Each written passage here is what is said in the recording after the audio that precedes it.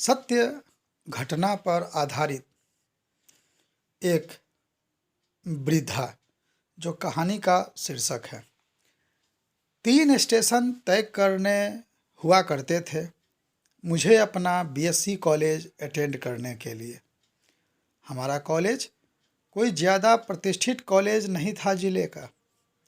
सच पूछो तो मैंने दाखिला भी इसीलिए लिया कि नियमित न जाना पड़े, लेकिन अब बात प्रैक्टिकल की आ गई थी, इसलिए लगातार जाना ही था कुछ दिनों के लिए। मुझे लोकल ट्रेन का सफ़र बिल्कुल पसंद नहीं है। एक तो उसमें हर तरह के लोग चढ़ते हैं, दूसरे ट्रेनों का समय इधर उधर होता रहता है, तीसरे अचानक वो एक प्लेटफॉर्म पर न आकर दूसरे प्लेटफॉर्म पर आ जाती हैं। उन दिनों अपने ज़िले की ट्रेनों में तो खासकर लड़कियों का सफ़र करना एक चुनौती ही होता था। मैं वो भयावह रात कभी भूल ही नहीं पाती। शनिवार का दिन था। खुश थी कि अगले दिन कॉलेज नहीं आना होगा। रेलवे स्टेशन पहुंचकर पता चला कि सारी ट्रेनें रुकी हुई हैं। उस ट्रैक पर कोई एक्सीडेंट हो गया है। मैंने 2-4 लोगों से पूछा तो किसी ने कहा, आज तो मुश्किल ही पहुंच पाओगी घर। किसी ने कहा, अभी खुल जाएगा रास्ता, थोड़ा इंतज़ार कर लो। मुझे एक पुलिस वाला सबसे भरोसेमंद लगा। मैंने उससे पूछा तो उसने कहा, दूसरी वाली गाड़ी में बैठ जाओ, ये पहुंचा देगी। मैं किसी और ट्रेन में बैठ गई। धीरे धीरे रात होने लगी, लेकिन ट्रेन टस से मस न हुई। उन दिनों फ़ोन की भी सुविधा नहीं थी जो किसी को बता भी देती कि मैं कहाँ हूँ। बिजली सी गिर गई जब किसी ने कहा, इस ट्रेन में क्यों बैठ गई हो, ये तो सुपर फास्ट है। ये अगर चल पड़ी तो सीधा दिल्ली जाकर रुकेगी। हलक में डर की हवा से भर गई। गाड़ी 2 स्टेशनों के बीच वीराने में खड़ी थी, जिसके डिब्बे में हर नज़र बस मुझे ही घूर रही थी। माँ ने हिदायत दे रखी थी कि बाहर कभी अपनी घबराहट मत दिखाना। क्या पता कब कोई घबराहट का फ़ायदा उठा ले। उसकी सीख की वजह से तटस्थ सी बनी मैं सीट पर जाकर बैठी रही। गाड़ी चली तो होश उड़ गए कि अब तो पता नहीं कहाँ जाकर रुकूंगे। जान में जान तब आई जब वो सुपर फास्ट अगले स्टेशन पर फिर रुक गई। मौका देखकर मैं ट्रेन से उतर गई। स्टेशन पर भीड़ नहीं लगी थी। सभी यात्री परेशान थे। हमें 3 घंटे से भी ज़्यादा हो गए थे मात्र 20 किलोमीटर की दूरी तय करने में।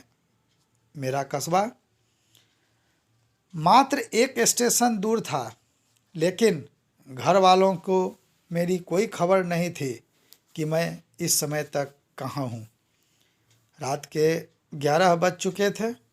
छोटा प्लेटफॉर्म था, इसलिए 1-2 बल्ब लगे थे बस। प्लेटफॉर्म पर मवाली से लड़के मुझे देख देख कर उल्टी सीधी बातें कर रहे थे। अंदर ही अंदर मैं कपकपाती अंतरात्मा से भगवान को याद कर रही थी। तभी एक बुजुर्ग महिला मेरे पास आकर खड़ी हो गई। उसने मुझसे पूछा, तेरे साथ कौन है छोरी? मैंने रुआंसे स्वर में जवाब दिया, कोई नहीं है आंटी।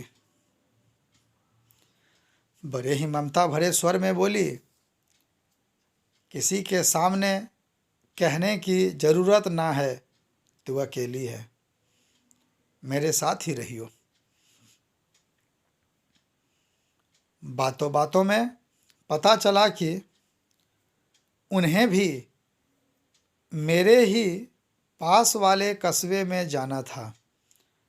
मैं बता नहीं सकती कि मुझे उस महिला का सानिध्य कितना सुरक्षित लगा। उस गहरी रात में वह महिला मुझे आशा के दीपक की भांति मिल गई थी। अथक प्रतीक्षा के बाद हमारी ट्रेन पीछे से आई। उस महिला ने मुझे बेहद सुरक्षित तरीके से ट्रेन में चढ़ाया, नहीं तो वे मनचले मुझे इधर उधर स्पर्श करने की पूरी फिराक में थे। ट्रेन में बैठने के बाद भी वे जो मनचले थे उस वृद्ध महिला से मेरे बारे में उल्टे सीधे सवाल कर रहे थे, जैसे, अम्मा कौन है ये? तेरी बेटी है क्या? तू पहले तो नहीं थी इसके साथ, आदि आदि। लेकिन वह महिला दृढ़ता से मेरे साथ बैठकर उनकी बातों का यथोचित उत्तर देती रही। रात के 1:30 बज चुके थे जब ट्रेन मेरे स्टेशन पर पहुंची। सामने पापा और भैया को मेरी प्रतीक्षा करते पाया तो मेरी जान में जान आई। असल में उस दिन समझ आया परिवार क्या होता है, क्या होती है पारिवारिक सुरक्षा। अपनों से नज़र हटी तो वापस उन आंटी की ओर ध्यान गया, परंतु आंटी वहाँ नहीं थी। वे मनचले अब भी मुझे घूर रहे थे, लेकिन आंटी पता नहीं कहाँ चली गईं। ऐसा लगा जैसे वो देवदूत थीं जो मुझे ही बचाने के लिए और सुरक्षा देने के लिए आई थी। आज मैं अपने जीवन में परिपक्व और अनुभवी हो चुकी हूँ। जब भी किसी लड़की को अपनी जैसी स्थिति में देखती हूँ, उस वृद्ध महिला की तरह उसे पूरी सुरक्षा देने का प्रयास करती हूँ।